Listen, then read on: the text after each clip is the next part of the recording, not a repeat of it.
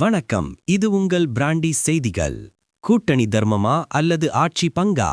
2026 சட்டமன்ற தேர்தலை முன்னிட்டு தமிழக அரசியலில் இப்போது ஒரு மிகப்பெரிய கேள்விக்குறி எழுந்துள்ளது. இத்தனை காலம் திமுகவின் நிழலில் இருந்த காங்கிரஸ் இப்போது முதலமைச்சர் ஸ்டாலினை பார்த்து ஒரு முக்கியமான கேள்வியை முன்வைத்துள்ளது.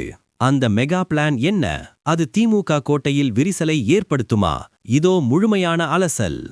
கடந்த 58 ஆண்டுகளாக தமிழகத்தில் ஆட்சியில் இல்லாத காங்கிரஸ் இப்போது தனது வியூகத்தை அதிரடியாக மாற்றியுள்ளது.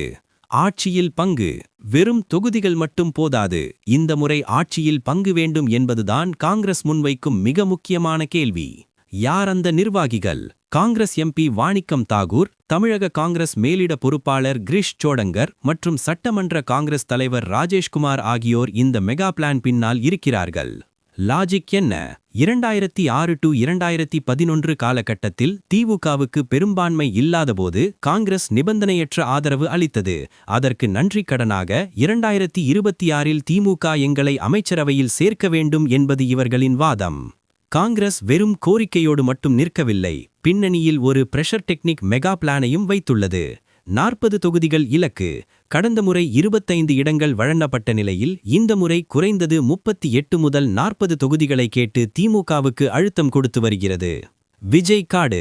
நடிகர் விஜயின் தமிழக வெற்றிக் கழகம் டிவிகே ஒரு பக்கம் வளர்ந்து வரும் சூழலில் காங்கிரஸ் நிர்வாகிகள் பிரவீன் சக்கரவர்த்தி போன்றோர் விஜயை சந்தித்தது திமுகவை மிரள வைக்கும் ஒரு திட்டமாக பார்க்கப்படுகிறது. ஆட்சியில் பங்கு தராவிட்டால் கூட்டணி மாறவும் தயங்க மாட்டோம் என்ற மறைமுக எச்சரிக்கை இது. துணை முதல்வர் பதவி. கேபினட் அமைச்சர்கள் மட்டுமல்லாது காங்கிரசுக்கு ஒரு துணை முதல்வர் டிப்யூட்டி சிஎம் பதவியும் வழங்கப்பட வேண்டும் என ஒரு தரப்பினர் வலியுறுத்தி வருகின்றனர்.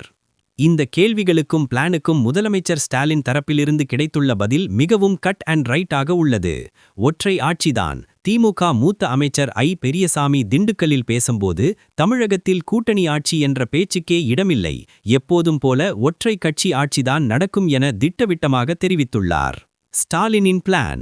200 இடங்களுக்கு மேல் வெற்றி என்ற இலக்கோடு செயல்படும் திமுக எந்த சூழ்நிலையிலும் அதிகாரத்தை பகிர்ந்து கொள்ள தயாராக இல்லை என்பதை தெளிவுபடுத்தியுள்ளது.